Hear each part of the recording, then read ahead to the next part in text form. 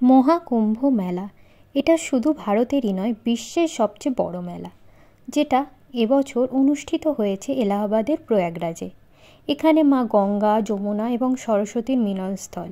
এই মিলনস্থলটিকেই বলা হয় ত্রিবেণী সঙ্গম।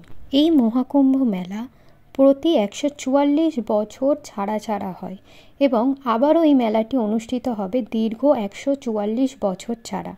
তখন আমি বা তোমরা কেউই বেঁচে থাকবো না। তাই এই মেলার তাৎপর্য অনেকটাই বেশি এবং সে কারণেই এবছর মহাকুম্ভ মেলাতে তোমরা কিভাবে পৌঁছাতে পারো তারই একটা ছোট্ট গাইড তোমাদের সামনে তুলে ধরার চেষ্টা করলাম। এখন তোমাদের বলে রাখি, এখানে কিন্তু দীর্ঘ 45 দিন ধরে মেলাটি অনুষ্ঠিত হয়। তার মধ্যেও কিন্তু কিছু কিছু পবিত্র দিন আছে, যে দিনগুলোকে মানুষ বেছে নেয় স্নান করার জন্য। সেই দিনগুলোর কথা তোমাদের উল্লেখ করে দিই। এর মধ্যে 6টি দিনকে বেছে নেওয়া হয়েছে শাহী স্নান হিসেবে।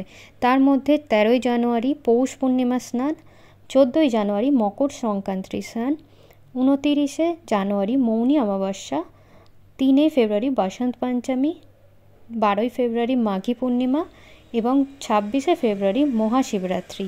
এর মধ্যে অলরেডি কিন্তু 2টি স্নান হয়ে গেছে, আর বেঁচে আছে 4টি স্নান। এবং এর মধ্যে 29শে জানুয়ারি, যেদিন মৌনী অমাবস্যা, সেদিন ধরা হচ্ছে সবথেকে বেশি ভিড় হবে এই প্রয়াগরাজে। এছাড়াও অন্যান্য স্নানের দিনগুলোও কিন্তু অত্যন্ত ভিড় থাকবে। যদি তোমরা চাও স্নানের দিনগুলি অ্যাভয়েড করে অন্যান্য দিন যেতে, সেক্ষেত্রে কিন্তু তুলনামূলক ভিড়টা অনেকটাই কম হবে। এই মেলাতে আসার জন্য তোমরা কলকাতা থেকে প্রচুর ট্রেন, বাস এবং ফ্লাইটও পেয়ে যাবে।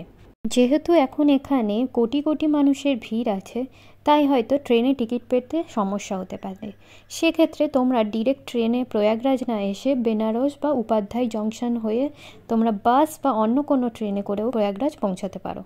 এবার ধরো তোমরা ট্রেন বা বাস করে পৌঁছে গেলে প্রয়াগরাজ। এবার প্রয়াগরাজ থেকে ত্রিবেণী সঙ্গম কিভাবে যাবে, সেক্ষেত্রে কিন্তু অটো বা টোটো তোমরা ভাড়া পেয়ে যাবে।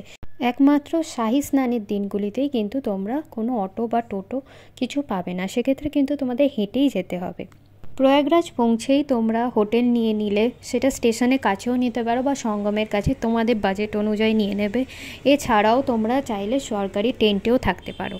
হোটেলে লাগেজ রেখেই তোমরা বেরিয়ে পড়ো স্নান করার উদ্দেশ্যে। স্নান হয়ে গেলে এখানে আশপাশ জায়গা কিছুটা ঘুরে দেখো এবং খাওয়া দাওয়ার জন্য এখানে লঙ্গর থেকে খাওয়া দাওয়া করে নিও, অথবা তোমরা যে কোনো দোকান থেকে খাওয়া দাওয়া করতে পারো, কারণ এখানে সমস্তটাই ভেজ পাওয়া যায়।